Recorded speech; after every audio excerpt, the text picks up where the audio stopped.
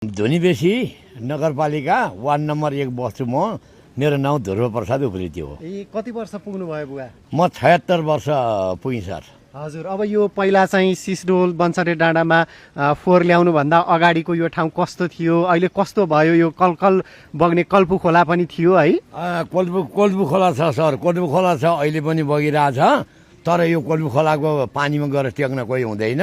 आज टेक्यो भने भोलि खुट्टा कुहिन्छ हेरी अनिखेर जाने। यो कोल्बु खोलामा सितिमिति टेक्न नपरे हुन्थ्यो भन्ने कुरा चाहिँ जनता सबैमा चाहिँ परिसकेको छ। पहिला चाहिँ कस्तो थियो त्यो खोला? पहिला त एकदम राम्रो थियो नि सर। हामी गोठाला जाँदा पौडी खेल्न आउँथ्यौँ। हेरी माछा मार्न गयो भने दिनभरि एक झुत्तो माछा लान्थ्यौँ। दह ठुल्ठुला थिए। अब अहिले त म एउटा डुब्किलो पनि छैन। फोहोर भित्रिन यता विसर्जन गर्न थालेपछि सबै गयो? सबै गयो सर, एउटा केही पनि बाँकी छैन। हजुर। र 2000 चाहिँ नि 62 सालमा आएर यो माथि सिसिटोल ल्याम्पिङ साइडमा आएर फोहोर खस्यो। जुन दिन त्यो फोहोर यहाँ खसेपछि तपाईँको चाहिँ नि खोला नाला काममा काहीँ टेक्न दुर्गन्धले कोही बस्न नसक्ने अवस्था भएको छ। राज्यलाई भन्यो भनेदेखि तपाईँको 75-76वटा निवेदन लगेर मैले लगेर चाहिँ त्यति बेला यो सहरी विकास भन्ने थिएन।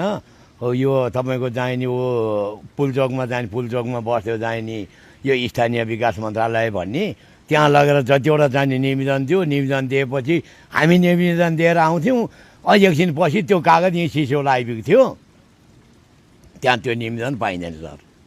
अब यहाँ चाहिँ अरू समस्याहरू चाहिँ के भोग्नु परेको छ तपाईँहरूले? अब अरू समस्या यही हो सर। खाना खाने बेलामा फोहोर गनाएर चाहिँ बस्न सकिँदैन।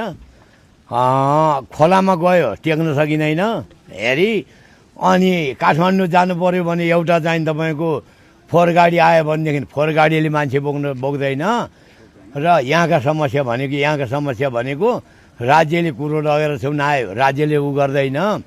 तपाईँको हिजो 62 सालमा यहाँ आएर फोहोर खनिँदाखेरि तपाईँको के भनेको थियो राज्यले हामीलाई भने 3 किलोमिटर बस्ती नराख्ने, फुल रोपेर वृक्षारोपण गरेर गन्दा एउटा पनि चलाउन नदिने भनेर चाहिँ नि राज्यका चाहिँ कर्मचारीहरूले चाहिँ त्यो भनेको थियो। अहिले जतिवटा निवेदन लिएर गए पनि राज्यको कर्मचारीले कसैले पनि सुनेको छैन। अब फेरि अहिले अब यहाँ सिस्टोलबाट बन्सरे डाँडामा फोहोर विसर्जन गर्न थालेको पनि 4 वर्ष बित्यो। अहिले चाहिँ कस्तो छ त्यहाँ?